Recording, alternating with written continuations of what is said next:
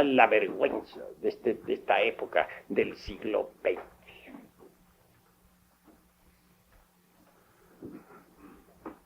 Nosotros, los gnósticos, antropólogos, tenemos sistemas diferentes para la investigación. Tenemos disciplinas especiales que nos permiten poner en actividad ciertas facultades latentes en el cerebro humano, ciertos sentidos de percepción, completamente desconocidos para la antropología materialista. Que la naturaleza tenga memoria es lógico, y un día se podrá demostrar. Ya comienzan a hacerse ensayos científicos modernos. Pronto las ondas luminosas del pasado, o las ondas sonoras, para hablar más claro, del pasado, podrán descomponerse en imágenes que serán perceptibles a través de ciertas pantallas. Y ya hay intentos científicos en ese asunto. Entonces, podrán ver los televidentes del mundo entero el origen del hombre y la historia de la Tierra y de sus razas. Cuando llegue ese día, que no está tarde, el anticristo de la falsa ciencia.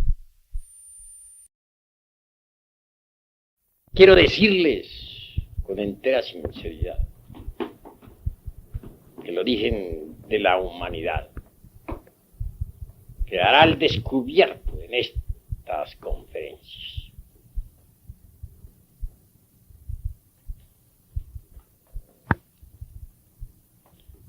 ¿Qué causas primarias y secundarias dieron origen a la humana especie? ¿Conocen acaso esto los antropólogos materialistas? Si los mismos científicos, secuaces de Haeckel, saben muy bien que todo el pasado geológico y la filogenia materialista jamás llegarán a ser ciencia exacta. Así lo han afirmado, así lo han dicho. Entonces, ¿qué?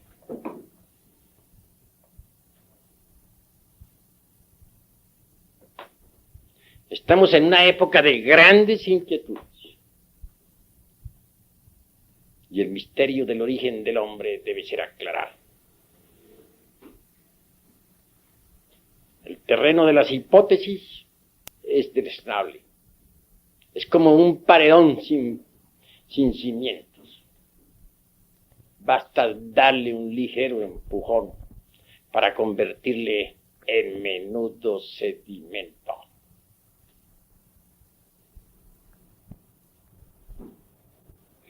Lo más grave de la antropología materialista se manifiesta en ellos sabiamente.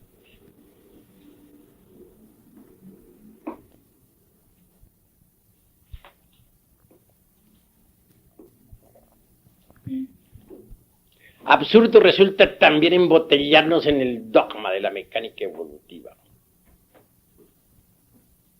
Si en la naturaleza existen los principios constructivos, incuestionablemente existen también los destructivos. Si hay evolución en las especies vivientes, existe también la involución.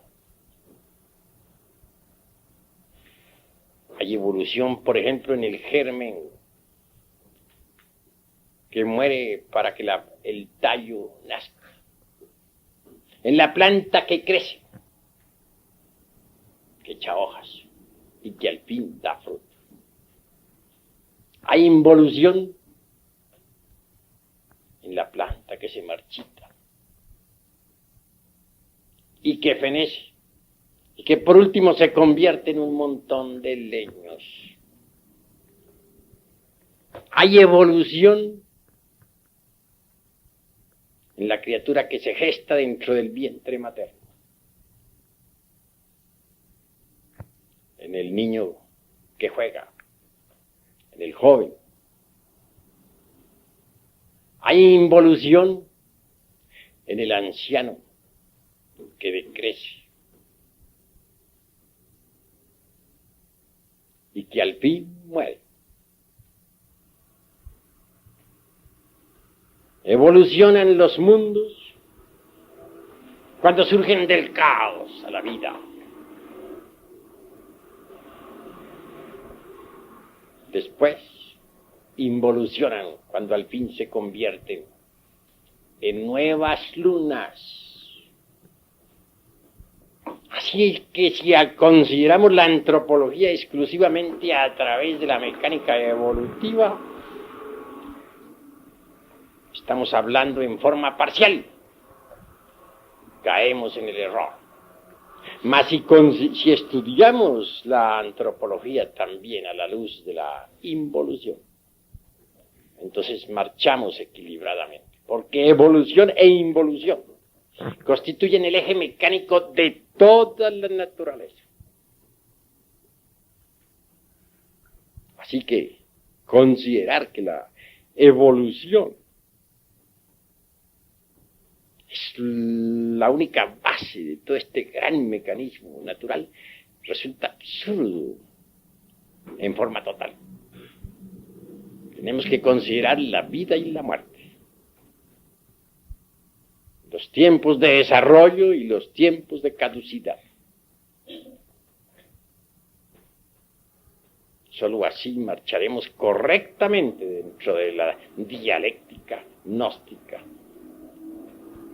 en su forma integral. En modo alguno estamos dispuestos nosotros a quedar embotellados en el dogma materialista evolutivo. Tenemos que estudiar también los procesos involutivos de la antropología, o marchamos por el camino del error.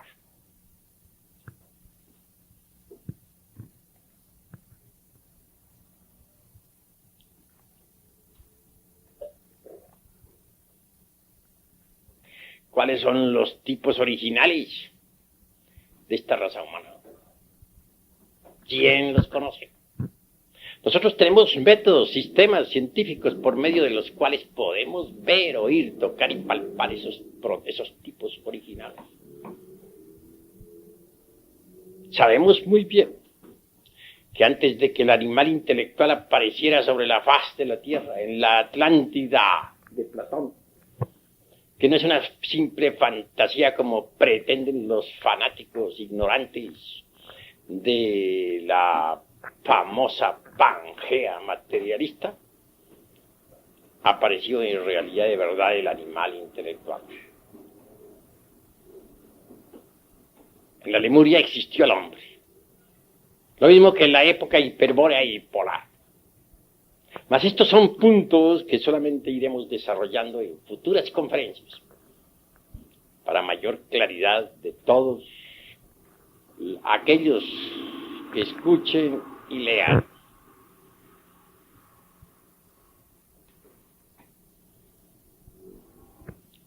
La Atlántida realmente existió. Fue un continente ubicado en el océano Atlántico. Restos de la Atlántida tenemos nosotros, el archipiélago de las Antillas, etc. Las Canarias también son vestigios de lo que fue la Atlántida. Y aún la misma España no es más que un pedazo de la antigua Atlántida. Pero esto no lo conocen los fanáticos de la antropología materialista, ni los geólogos, tan atrasados en el fondo, capaces para proyectarse en el tiempo. ¿Cómo podrían ellos saber algo sobre lo que ocurriera hace unos tantos millones de años en la era miocena? ¿Qué saben ellos del mioceno? ¿Lo han visto, lo han tocado, lo han palpado? Si nosotros hablamos del mioceno es porque podemos verlo y sabemos que es asequible a aquel que sea capaz de desarrollar las facultades trascendentales del ser latentes en el cerebro humano. Pero la actitud de negación materialista es incongruente. Se dice que no se cree sino en lo que se ve, y ellos creen en todas sus hipótesis absurdas. Hipótesis que nadie ha visto, que a nadie le consta. En realidad, de verdad, nunca, científico alguno, vio surgir el primer hombre. Las hablan ellos con tanta autosuficiencia, como si hubieran estado en el Mioceno, como si hubieran visto a los antropoides surgiendo allá, de la antigua Lemuria. Entronizan a sus dioses maravillosos, como son los famosos lemúricos, y también los mandrilis, como proximianos sublimes, de los cuales descendemos. ¿Les consta eso? ¿Lo han visto alguna vez? Nunca. ¿En qué se basan? En cosas que no han visto. ¿No son ellos mismos los que dicen que no creen sino en lo que ven? Entonces, ¿por qué están creyendo en lo que nunca han visto? ¿No es acaso esto una contradicción? ¿No resulta, en el fondo, esto incongruente?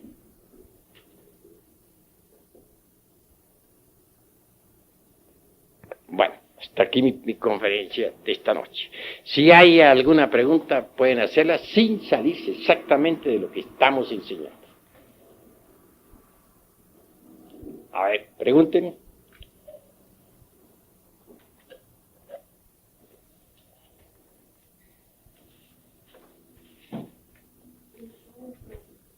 Se dice que el cambio de una especie a otra, en la física se dice que es por mutación, en un proceso de herencia, ¿no? Por mutación. ¿Cómo? O sea, por un proceso de herencia, por mutación, que ciertos genes se transforman para transformar la estructura precisamente del ser nuevo que va a surgir, digamos, ¿no?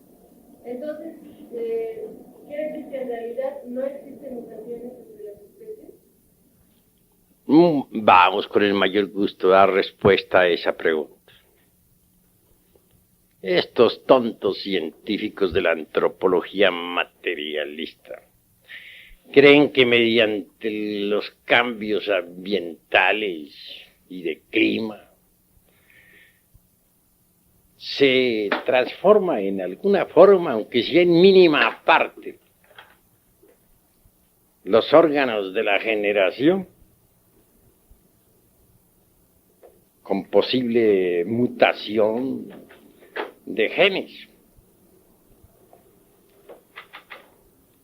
Y darían a esas afirmaciones anticientíficas la calidad de exactitud y el poder de producir nuevas especies. Absurdo porque nunca hemos visto nosotros a través de los siglos que los caballos se conviertan en otra cosa, que las águilas dejen de ser águilas, que los peces del inmenso mar se conviertan en gente.